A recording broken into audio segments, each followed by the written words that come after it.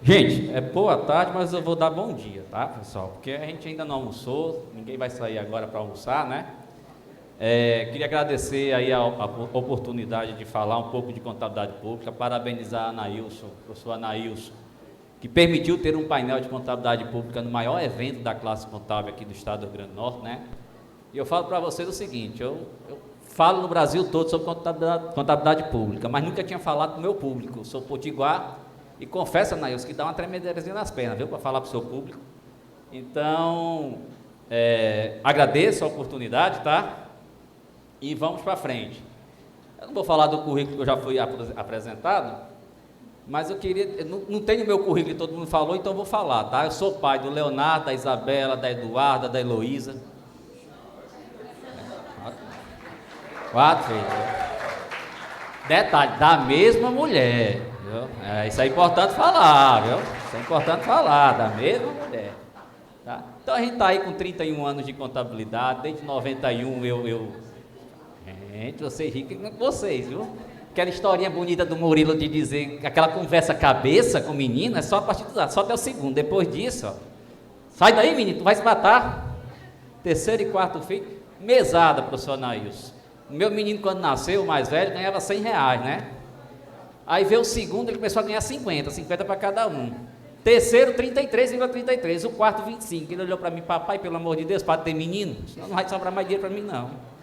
É só adequar seu orçamento, pessoal. Se o pessoal tem planejamento, é só planejar as coisas, assim vai. Tá? Mas vamos lá.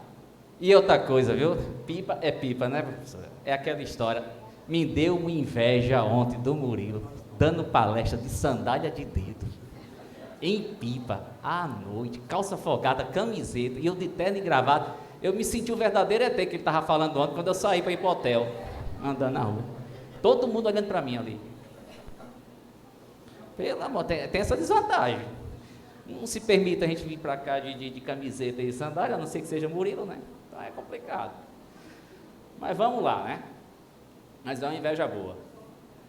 Pessoal, eu sou servidor público concursado em Santa Catarina, tá? Como falou aqui na apresentação, estou à disposição do governo do Rio Grande do Norte, né? E Santa Catarina, a gente sofreu o que tecnicamente se chama de bullying. Porque eu subi do Nordeste para lá, né, professor Nailson? O pessoal, olha, lá vem esse cabra lá do Nordeste, da cabeça desse tamanho, querendo tomar nossas vagas. E lá todo mundo é descendente europeu. Inclusive, eu deixei de dar aula, professor Pedro Lopes. Pedro Lopes aqui, ó, ex-controlador-geral do Estado, tá? Quero agradecer a sua presença, mestre. Lá eu deixei de dar aula porque eu não conseguia fazer chamada, porque era tudo nome internacional. Era Hauerhoff, era Selhost, era tudo nome, era tudo descendente de alemão, italiano. Aí eu disse, mas peraí, o negócio não é bagunçado assim não, porque eu sou nascido na cidade que antes de ser conhecida como a Cidade do Sol, antes de ser a capital espacial do Brasil, tá? Muito antes de ser o trampolim da Vitória, Natal era conhecida como o quê? Nova Amsterdã brasileira. Então eu também sou descendente de europeu. Então eu também sou. Meu pai me disse, ó, que o meu nome era para ser Flávio Van Jorge. Holandês mesmo. O vô do meu tetravô era holandês. Tá? Então eu tinha descendência europeia. Só assim, Anaís, eu comecei a ser respeitado lá no Sul. Me chamaram para ser gerente, para ser coordenador lá no Sul. Porque senão o pessoal vai dizer, esse cara vem lá do Nordeste querendo tomar minha vaga aqui, né? Não é bem assim não, tá? Então, depois que eu provei minha descendência holandesa, europeia, realmente eu fui respeitado lá no Sul, viu? A gente sofre isso, Leandro. Pessoal, nossa falinha aqui vai ser rápida, tá? Pediram para falar rápido, nem uma hora vai ficar aqui falando, tá? Mas a gente vai tentar seguir esse processo aqui, para trazer para vocês esse novo papel da contabilidade. Está muito conectada a nossa fala aqui com o tema do evento, tá? Porque a gente está precisando no setor público se reinventar. Quem é do setor público aqui? Rapaz, tem gente, viu? Olha aí, que coisa boa, rapaz. Legal, viu, professor? Muita gente do setor público. E a gente do setor público está precisando se reinventar, viu? A gente tem que sair da nossa caixinha lá, a gente precisa se reconstruir no setor público, e a nossa fala vai ser nesse sentido, tá? Então, algumas reflexões sobre o processo de convergência, né? Qual o perfil do contador do setor público? O pessoal que entrou lá para trabalhar comigo, depois de um mês, Erivan, o pessoal dizia, rapaz, eu estou fazendo nada que eu estava pensando que eu ia fazer. Eu estava pensando que eu ia fazer empenho, ia fazer liquidação, ia fazer pagamento, ou seja, ia trabalhar na execução orçamentária e financeira. Não, você vai trabalhar com contabilidade, você vai pensar a contabilidade do setor público, você vai trabalhar no órgão central de contabilidade, você vai normatizar para os outros órgãos do Estado, fazer uma boa contabilidade. Então, seu papel aqui é diferente, tá? Então, o perfil está mudando. Aquele contador que vai apertar o botão para fazer empenho, liquidação e pagamento, não é esse profissional hoje que a gente está formando, tá? Aí a pergunta, é de responsabilidade do contador realizar empenhos, liquidações e pagamentos? Hoje os CIAFs, eles são parametrizados para contabilizar isso de forma automática, né? Você escolhe lá a natureza de despesa, dá o comando e todo o sistema faz a execução, né? Todo o sistema faz a contabilização. Aí vem o papel da gente de validar esses números, de analisar esses números, saber se está tudo correto, né? Então, a contabilidade aplicada ao setor público está diante de novos desafios provocados pelo processo de convergência às normas internacionais, as IPSAS, né? Então, conceitos como depreciação, provisão, ativos e passivos contingentes, teste de impairment. Quando começou esse processo, Leandro, em 2011, eu estava dando um curso lá em Santa Catarina, fui falar sobre depreciação. Aí um aluno levantou a mão e disse, professor, só quero saber em qual elemento de despesa eu vou empenhar a depreciação. Ou seja, ele queria que a depreciação passasse por dentro do orçamento. E o nosso orçamento, ele é um regime de caixa, né? Ele projeta o seu caixa. Depreciação é uma despesa sob enfoque da contabilidade por competência, né? Então, não tinha uma natureza de despesa para ele empenhar a depreciação. Mas era o que o pessoal visualizava lá no início do processo, né? Então, tudo isso aqui é novidade para a gente, ó. E a gente precisa conhecer esse mundo, tá? Então, a implantação desses novos procedimentos deve ocorrer de forma gradativa, gradual, né? Ninguém sai do regime de caixa numa noite e amanhece no regime de competência no outro minuto, né? Não existe isso. Então, é de forma gradual que essas coisas estão ocorrendo na contabilidade pública, tá? E agora, quem vai poder nos ajudar com isso aí? A gente vai chamar o Chapolin Colorado? Não, né? Então, quem vai capitanear esse processo é a gente, pessoal. É a contabilidade. A gente é que vai ser o condutor nos entes públicos desse processo. A gente está implantando o regime de competência na contabilidade, tá? Regime de competência é contabilidade na veia, aquela contabilidade que a gente aprendeu nos bancos de faculdade, tá? Ok? Então, o nosso mundo não é fácil não, tá? Norma brasileira de contabilidade, aí são 34 normas, mais a estrutura conceitual para a gente ficar lendo, né? São 35 normas de contabilidade. REL, RGF, matriz de saldos contados, consórcios públicos, porque o setor público ele se reinventa todo dia. E a gente que está inserido nele, a gente precisa se reinventar também, tá? A gente precisa acompanhar essas mudanças. CIAFIX, as demonstrações contábeis, né? Onde é que a gente vai perguntar isso aqui? O pessoal diz, Flávio, a nossa sala aqui parece um posto Ipiranga, toda hora chega um aqui perguntando, toda hora chega aqui alguém perguntando, e só corre lá, quem trabalha com contabilidade pública, vai ocorrer isso, porque toda hora vai chegar alguém com dúvida, tá? Então, a gente vai ser esse suporte, tá? A contabilidade virou um verdadeiro posto Ipiranga da administração pública. Então, várias transações do setor público ficaram muito complexas, certo? Depósitos judiciais que você utiliza, pagamento de precatório, provisão matemática previdenciária, tá? Então, são várias situações que são complexas que a contabilidade sob enfoque orçamentário sozinha não respondia, não era a melhor contabilidade, tá? Por isso que veio essa migração para o regime contábil de competência. Isso decorrente de crise fiscal institucional, né? Necessidade de aumentar controles e compliance na administração pública. Então, surgem essas situações complexas a todo instante, tá? A CASP se aproxima muito da contabilidade que a gente aprendeu na faculdade, né? Eu confesso a você, eu estou na contabilidade pública desde 2005, ou seja, 17 anos que eu trabalho com contabilidade pública. E antes disso eu era da área societária, eu trabalhei em SA, trabalhei em escritório de contabilidade, fui formado aqui na UFRN, que o foco principal nunca foi contabilidade pública, né? Então, veio contabilidade avançada, societária, contabilidade empresarial, né? E quando eu ia conversar com o pessoal do setor público, eu ficava doidinho. Por quê? Porque o cara comprava um veículo e dizia que era despesa. Mas como é que você compra um veículo e é despesa, né? Veículo é ativo, pô. Como é que é despesa? Aí para você entender que é despesa sob enfoque orçamentário, uma despesa de capital, você está investindo, isso a gente teve que internalizar, né? Teve que pensar, teve que estudar e aprender isso aí. Então, a contabilidade pública se aproxima da contabilidade societária, porém sem abandonar o controle orçamentário, que é típico do setor público.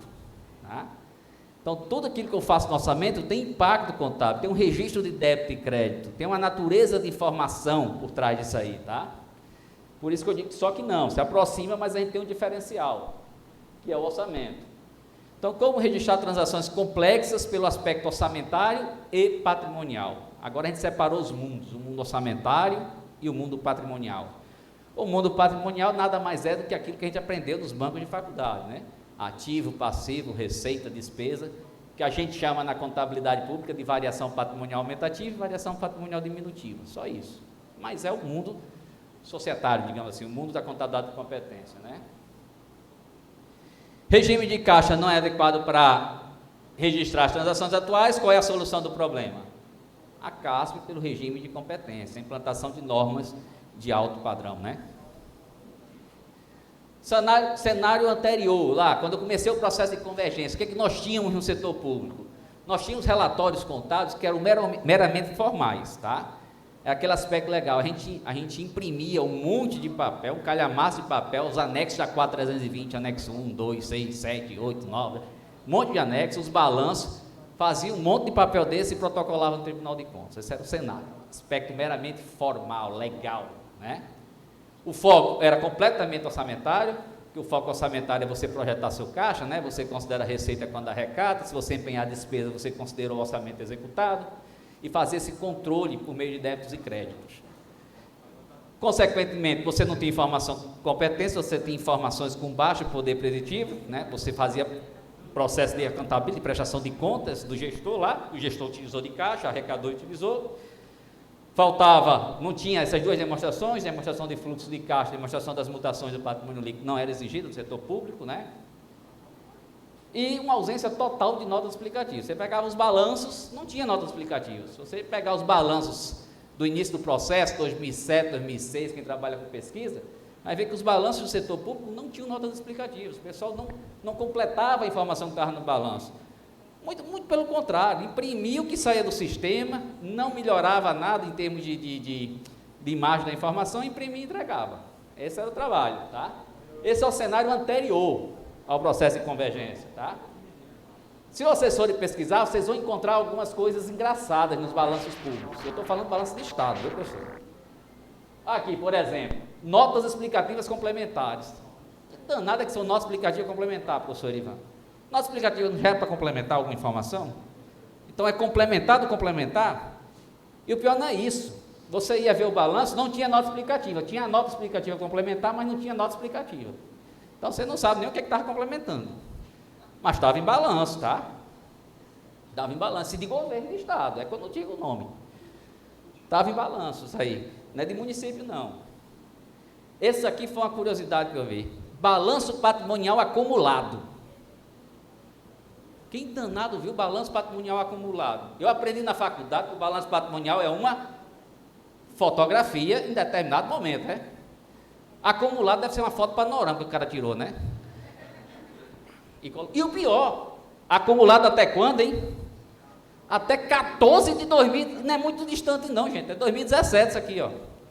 14 de 2017, que diabo de calendário é esse, hein? É um calendário arábico, ou sei lá, deve ser um calendário estranho. Balanço patrimonial acumulado até 14 de 2017, estava aqui, ó. Eu trago o balanço todo bonitinho, acaba no trabalho cabeçalho. Aí, como eu conheço todo mundo nos estados, essa eu vou ligar para saber que danado foi isso, né? Aí eu liguei, falei com o contador geral, ele disse, rapaz, deixa eu te falar, é o estagiário novo que está fazendo isso aí, ó. Sempre o estagiário. Primeira coisa que eu fiz quando cheguei na contabilidade do estado, pedi para 2 estagiários. Ele disse, para quê? Eu tenho que colocar a culpa em alguém. Se der errado, eu tenho que dizer que foi alguém. Eu acho que eu vou trazer isso para mim, né? Então, o cara disse estagiário, rapaz. Coitado. Mas ele disse, rapaz, isso aí ele tira do sistema. O sistema, o mês 14 é o mês de encerramento. Eu falei, tudo bem que isso sai do sistema, mas você vai publicar um balanço acumulado até 14. E tá aí, ó, não estou inventando não, viu? Isso é real. Isso é real. Outra curiosidade, essa aqui é boa. Eu peguei um balanço, Pedro, assinado por 2 gerências do governo do estado. Tem algum problema? Tem um balanço assinado por 2 gerências? Não tem nenhum problema. A estrutura é pequena. Rio Grande do Norte é uma estrutura pequenininha. Não tem nenhum problema.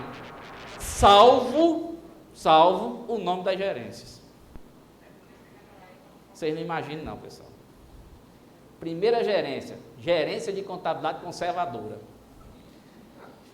Você está no processo de convergência, você chega, passa no concurso, o cara olha, você vai ser meu gerente de contabilidade conservador. Eu falei, agora lascou. Agora lascou. Como é que eu vou fazer no processo de convergência, modernizando a contabilidade, na estrutura tem gerência de contabilidade conservadora. Leandro, você não sabe qual é o nome da próxima, da outra gerência do balanço. Só tinha 2. Alguém imagina qual é o nome da outra gerência? O pessoal se ri, é maldade, viu? Da outra gerência que estava no mesmo balanço.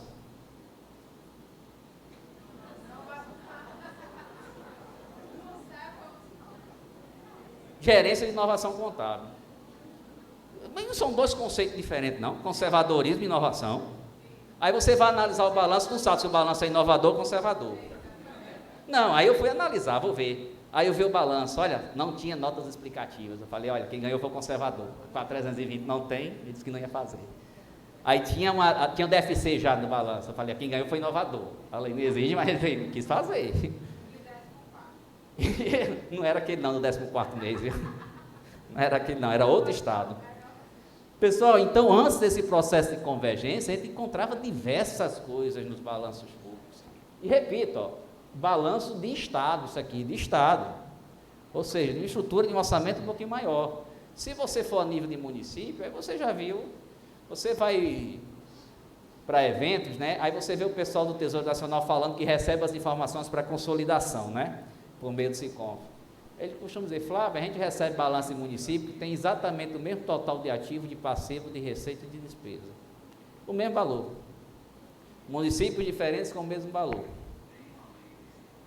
Aí o que é que eles fazem? Eles consideram, porque sabem que a informação não é boa. Não tem chance nenhuma de você ter o mesmo valor de ativo, passivo, receita e despesa, 2 entes públicos diferentes, né? E eles recebem. Coincidentemente, quando você vai ver o responsável contábil é o mesmo, né? No mínimo mandou a mesma informação para os 2, tá? Para fins de consolidação das demonstrações. Então, existia muito, melhorou bastante, viu, pessoal? Melhorou bastante e muito mesmo, melhorou demais. Tá? Então, o cenário atual, aqui a gente faz um históricozinho desse processo, ó, tudo começou em 2008 lá, Congresso Brasileiro de Contabilidade lá em Gramados, não sei se o senhor participou. Ainda era a gestão do ex-presidente Lula, 2008, onde ele assinou uma portaria dizendo, olha, contabilidade nacional vai convergir ao padrão IPSA, as normas internacionais, lá no Congresso Brasileiro de Contabilidade de Gramado, tá? Ficou conhecido como a portaria da convergência.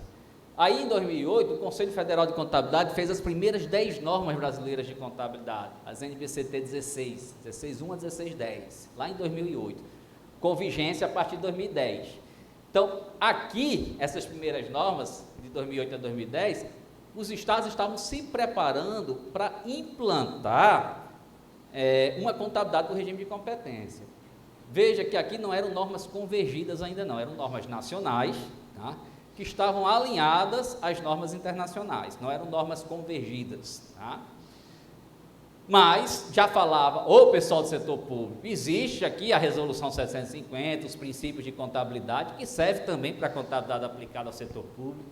A contabilidade aplicada ao setor público, o objeto é o patrimônio público, você tem que fazer por regime de competência, tem esses conceitos de depreciação, então a gente já começou a receber essa informação e começou a trabalhar isso aí, tá?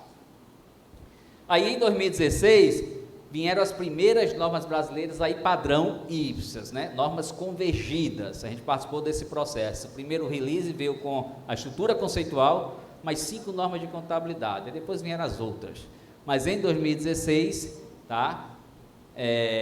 Começou e startou esse processo de convergência mesmo às normas internacionais, né?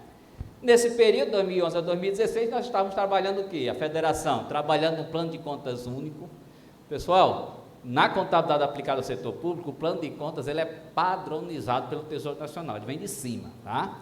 até o 5º nível de dígito ele é obrigatório, você não pode mudar nada, e ele é facultado a partir do 7º nível, né? Você pode adotar o PK estendido, e no 8º e 9º dígitos, níveis você pode detalhar, tá? Mas ele é padronizado. Então, esse período aqui foi para isso, ó. Nesse período aqui, vieram novas demonstrações contábeis. A partir de 2013, surgiu na contabilidade pública a demonstração dos fluxos de caixa, passou a ser obrigatória a demonstração dos fluxos de caixa. Inclusive, esse que vos fala foi o primeiro a fazer uma DFC no setor público, na mão, que não estava padronizado. O diretor de contabilidade de Santa Catarina olhou para mim e disse: rapaz, olha a DFC, vamos tal, que tal a gente fazer? Eu olhei para ele: como? Eu falei: homem, não está nem mapeado ainda no relatório, tu quer fazer isso? Homem, vamos fazer, não vai ser obrigatório daqui a 2 anos. Eu falei: mas só daqui a 2 anos, você quer antecipar para agora? Aí ele olhou para mim: e se? Só lembrei do Murilo ontem. Quando ele falou e se, chega gelou, vai sobrar para mim. Ele olhou para mim: tá com medo, é? Aí eu olhei para ele: rapaz, estou no desafio nordestino da cabeça grande, não. Eu fazia doar, homem, porque eu não vou fazer uma DFC na mão. Vocês são mais novinhos, vocês não sabem o que é doar não, tá? Demonstração das origens de aplicação de recursos. A gente fazia isso na mão, nas provas, e o negócio era tenso. Na prova de... Você fazia uma doar, o negócio é tão tenso fazer uma doar, que você já deixava uma conta lá, outras origens, outras aplicações, porque depois de 5 horas a bicha não fechou, você joga a diferença lá. Porque tinha que entregar fechado. Tá? A gente fazia isso na mão, vou fazer uma DFC. E no setor público, a DFC é pelo modelo direto. Tá? No setor privado, você tem muito pessoal fazendo pelo modelo indireto, né? Sai do lucro do período, fazendo os ajustes. No setor público é modelo direto, é o que entrou no caixa e o que saiu. Então, Santa Catarina foi o primeiro ente a fazer uma DFC lá em 2011, a obrigatoriedade de 2013, a gente fez lá em 2011 papel, passei uma semana fazendo a bicha, na mão, tá? Mas entregamos. Esse é um perigo. Vixe Maria, cheia de graça. Então, vamos lá. Novas, implantação gradual. Então, esse período aí, depois de 2011, foi um desafio, mexer em sistema, o pessoal começou a se movimentar, tá? Porque o pessoal viu que os sistemas, os CIAFs, não suportavam a implantação dessas normas. Rio Grande do Norte mudou seu CIAF, Santa Catarina desenvolveu o dele, Rio de Janeiro, Espírito Santo, Rio de Janeiro também, e o do Rio de Janeiro e Espírito Santo são os mesmos sistemas, é Cala-Tasca do Espírito Santo, né?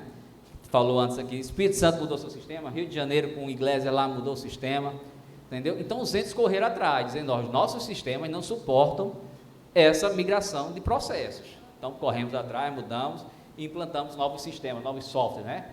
Capacitação de profissionais, só sistemas você não trabalha, né? Então você tem que ter software, o sistema, você tem pessoas, você tem que ter processos para fazer esse processo de convergência, né? E 2021 veio o último release de normas, saiu agora, que são as normas de instrumento financeiro, a norma de custos. O setor público dando presente aí para a comunidade contábil, né? A norma de custos é do setor público, tá? A NBC-TSP 35. Então, o padrão IPSAS aqui, tá? É o padrão que foi escolhido lá em 2008 de convergência, é esse padrão. IPSAS está para a contabilidade do setor privado, como as IFRS, né? Então, você tem IFRS no setor privado, você tem a IPSAS no setor público, tá? E muitas delas estão com referências IFRS, tá? Não são específicas. Existem as normas que têm como base a referência IFRS e tem as específicas do setor público. Isso aqui é um estudo recente, ó, do processo de migração do regime de caixa para o regime de competência, tá? Então, você vê lá, ó, aqui em 2018, você tinha 52 entes adotando o regime de caixa, 74 de competência parcial, né? E 39 de competência plena. Já em 2020, você já tinha 50 adotando o regime de caixa, 66 de competência parcial e já 49 entes adotando o regime de competência, tá? 57% desses que adotam o regime de competência, regime jurídico de competência, contábil de competência, base de regime de competência, 57% desses adotam a IPSAS como base, tá? Isso aqui é um cenário para 2025, ó, 2020 para 2025, onde já cai para metade o número de países que vão adotar o regime de caixa e sobe de 49 para 83 que vão adotar regime de competência. O Brasil já está aqui, ó, com regime de competência, né? Rapaz, que negócio legal, ó. Aqui, ó. Ok? Tranquilo, né? Então aqui é o nascimento de uma norma, como ela nasce, né? Processo de convergência, a gente bebe lá na fonte normativa IPSAS, né? Emitido pela IPSAS-B, que é o board do IFAC do setor público, passa pelas normas brasileiras de contabilidade técnica do setor público editadas pelo CFC e vem o Tesouro Nacional como filtro normativo fazendo o MCASP, né? Então nós tivemos 7 releases de normas, tá? Que passa por 5 etapas para poder sair uma norma. Então você tem aqui a norma de provisões passivos e ativos contingentes, só que desde 2021 até os municípios pequenos precisam estar trabalhando essa norma. Então quem não aplica ainda está em mora, tá? Por onde começo, né? A gente sempre fala, o MCASP traz muita informação, você precisa... Gente, a leitura de cabeceira de cama é uma nota de contabilidade aplicada ao setor público. Quem for inventar de ir para o setor público tem que ler o MCASP, viu? Não tem para onde correr, não.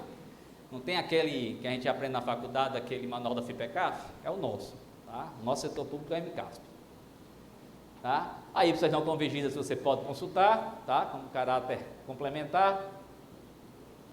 Então, essas aqui são as 35 normas. A primeira release vieram as 5 primeiras normas mais a estrutura conceitual, depois em 2017 vieram mais 5 normas, 2018 em 2 releases nós tivemos 11 normas convergidas, todas elas com uma IPSA referente, ó, tá? Em 2019 vieram mais 5 normas, 2023 e acabou aqui, ó, com as normas de 2021. É a última norma convergida, a norma do setor público, que não tem uma correlação internacional, né? Nas IPSAS. Ok? Então, gente, a gente está à frente desse processo, tá? Os procedimentos contábeis patrimoniais a gente precisa adotar. Foi dado a graduação, o último prazo que nós temos, tá?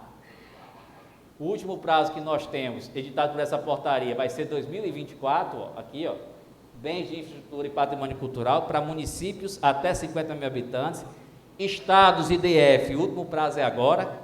Então, na hora que eu ver os balanços, eu preciso ver itens de ativo de infraestrutura lá, reconhecidos, mensurados e apresentados no balanço patrimonial, tá? E municípios pequenos, 2024, tá? Isso aqui é só um exemplo da dificuldade de dívida ativa, você fazer ajuste de perdas, coisa que não era da nossa realidade, né? Para vocês terem uma ideia de ajuste de perdas em dívida ativa, a União desreconheceu, que é uma palavra nova que a gente está utilizando, desreconhecimento de dívida ativa do seu balanço em acho que foi 2019 por aí, a bagatela de 1 trilhão. Baixou, simplesmente baixou da contabilidade em 1 trilhão de reais de dívida ativa. Tá, pessoal? Provisões ativos e passivos contingentes, né? A dificuldade, qual o papel do contador? É o contador que vai calcular, vai dizer qual é o risco daquela ação judicial? Não. Contabilidade hoje precisa andar, sair do seu birô e andar, tá? Nos diversos setores do ente público lá, para pegar informações com o jurídico, para pegar informações com o RH, com o pessoal, para pegar informações com o patrimônio. Isso é o papel, está terminando, tá? A questão do patrimônio que a gente precisa implementar, né? Informações de depreciação, impairment e reavaliações, os prazos estão vencendo, tá? Então, para isso, provavelmente, seu software não vai estar preparado, porque você não praticava depreciação, dificilmente o seu software vai estar, o seu software que controla patrimônio do seu ente, vai estar preparado para ter essas informações, então você vai precisar modernizá-lo, né? Capacitar as pessoas, né? Desenvolver sistemas, e o prazo está chegando. Características do novo profissional contábil, né? Profissional atualizado, e setor público, tá? Também do setor privado, que a gente ouviu falar aqui de manhã, tá? Um profissional atualizado, participativo, proativo, a gente precisa dessa proatividade do setor público, ele vai ter que interagir com os outros setores, gente. A gente precisa se levantar, a gente precisa encabeçar esse processo, tá? Dar um passo à frente. Tem que estar motivado, tá? Sempre motivado, fazendo cursos, aqui o pessoal da saúde está aqui, o pessoal da CEPLAN está aqui, fazendo cursos, participando desses eventos, a gente está conseguindo colocar um painel do setor público nas grandes convenções, eu participei já de convenções no Brasil todo, nas grandes convenções, que são os grandes eventos dos conselhos locais, a gente está participando. Em 2016, quem foi para o Congresso Brasileiro de Fortaleza, a gente teve um painel do setor público, no Congresso Brasileiro de Contabilidade, tá? Então, a gente tá marcando nosso espaço, O setor público está marcando esse espaço nos conselhos regionais, tá? Participativo, muita leitura, nós temos muitas normas, nós temos a legislação ela é muito dinâmica, a gente precisa acompanhar, tá? Uma boa redação, já que agora a gente está escrevendo, a gente está emitindo pareceres, a gente está escrevendo nossos explicativos, então escrever faz parte. Não tenha vergonha de escrever e mandar para alguém revisar a sua escrita, até você praticar, tá? Ter uma boa redação para escrever boas notas explicativas, tá? E tem que ser criativo, tá? Falou-se muito da criatividade, a gente precisa despertar na gente o em si de ontem, tá? Então, se a gente for desafiado, a gente tem que fazer, tá? A gente está sendo colocado à prova toda hora. Então, os usuários da informação contábil, antes do processo de convergência, como eu falei, órgãos de controle, peças, era uma peça apenas que compunha a prestação de contas, os balanços gerais, e agora não, depois do processo de convergência, a gente está se preocupando com outros usuários, né? Não só os órgãos de controle, gestores públicos, pegando informação contábil. Grande exemplo, o Estado do Rio Grande do Norte, Pedro Lopes foi controlador, Aldemir Freire na Secretaria de Planejamento, ele dizia, Flávio, eu não tenho informação contábil para tomar decisão. Um gestor que não tem informação contábil, ele está administrando o quê? No escuro, tá? Ele precisa desses dados, dessas informações para tomar decisão. Isso a gente está fazendo no setor público, né? Financiadores, né? Agentes financeiros, Tesouro Nacional, sociedade em geral. Pessoal, nós somos com orgulho servidores públicos, a gente serve ao público, tá? É nosso cliente. A gente que trabalha no setor público, a gente tem que dar informação para a sociedade, a gente tem que pensar no usuário da informação, a sociedade como um todo. Tá? Nessa seara aí, né, de informações da sociedade, muitos entes despertaram um balanço mais cidadão, um balanço mais simplificado, tá? Prestando contas à sociedade. Então aqui a Bahia, ó, tem uma prestação de contas simplificada, isso aqui é do estado da Bahia, você vai lá no portal de transparência e você baixa. É o mesmo balanço que ele manda para o TCE, mas de forma mais lúdica, mais simplificada, né? Santa Catarina tem seu balanço cidadão, né? E o Rio Grande do Norte, a gente se desafiou, colocou o IC, até Pedro Lopes falar, rapaz, você está subindo muito a vara, né? O nível aí, fazer o balanço simplificado, a gente fez, ó. A versão 2021, nosso bonequinho aí, explicando as contas públicas. Se você for lá no portal da transparência, está lá. Esse aqui é o famoso Zé Continha, tá? Então ele está lá explicando o balanço geral do Estado. É uma forma de você atrair o controle social. O cidadão baixar, saber o que é um empenho, o que é uma liquidação, quais os números do seu Estado, né? Então você consegue aqui, ó, tá acabando, você consegue aqui, ó, tá? Você vai lá no portal de transparência, tem uma aba de contabilidade fácil. Então essa parte aqui é tudo simplificado da contabilidade. Você vai lá, acessa, você tem esse balanço cidadão que eu falei, esse RN mais fácil, tem o RN contábil, o RN foco. Pessoal, alguma dúvida que está mudando o papel do contador? Porque se vocês não tiverem dúvida, veja aí que a dramaturgia, o cinema já mudou o perfil do contador, estereótipo, né? Quem fazia papel de contador antes? Era o pessoal de mais idade, né? Não era protagonista. Quem que faz hoje? Ó, quem que está fazendo papel de contador? Né? Então está mudando o estereótipo. Ah, não, isso foi uma vez na vida. Não. Ó, quem fez contador no seriado da Justiça, né? Os cabos que as meninas acham bonito, novo, né? Eu não estou falando do enredo não, tá? Isso aqui era matador, isso era corno, tá? Estou falando do perfil, não é do enredo não. O papel de cada um é o caso, tá? Mas tá mudando o perfil do contador do setor público, né? Contador em geral. Então, deixando a informação aí com o Zé Continha, último slide, né? A imagem. Start, a gente precisa dar o primeiro passo, pegando a fala da menina do Espírito Santo, né? A professora Tasso, né? Nem que seja esse primeiro passo para trás, mas a gente tem que sair do lugar. O processo começou em 2008, tem entes que ainda nem o sistema trocou. Tá? Ainda está discutindo a compra do sistema. O negócio começou em 2008. Aí depois diz que não consegue, não fez concurso, não tem gente para fazer, só reclama e não faz nada, tá? Então tem que iniciar. Conecte-se, né? Então você tem que se conectar com toda essa legislação que está saindo, você tem que se inserir, você tem que fazer parte do processo. Saudoso professor Chico Ribeiro, quem conheceu, é a teoria do pertencimento. Você tem que fazer, porque se você não fizer parte desse negócio, o negócio vai passar e você não vai pegar o bonde, tá? Você não vai participar. Inspire-se, né? Inspire-se nas boas práticas, inspire-se para fazer uma contabilidade melhor, pensando no fim social do nosso trabalho. Tá? Então, ó, sem nós o que seria do setor público? Eu acho que as crises que vieram aí, se não fosse a contabilidade, a gente ia passar muito mais tempo para sair delas. Essa aqui, ó, esse vermelho e preto aqui, todo mundo dizendo que é corintiano, eu sou flamenguista, tá? Então aqui está vermelho e preto porque o computador pegou um vírus, toda final de campeonato ele só sai vermelho e preto. Aqui é a última fase aqui, tá? Os corintianos que me perdoem, mas vocês serão vice da Copa do Brasil. Tá? Entrar em contato aí, tá, pessoal? Seria isso. Já pulou, Leandro.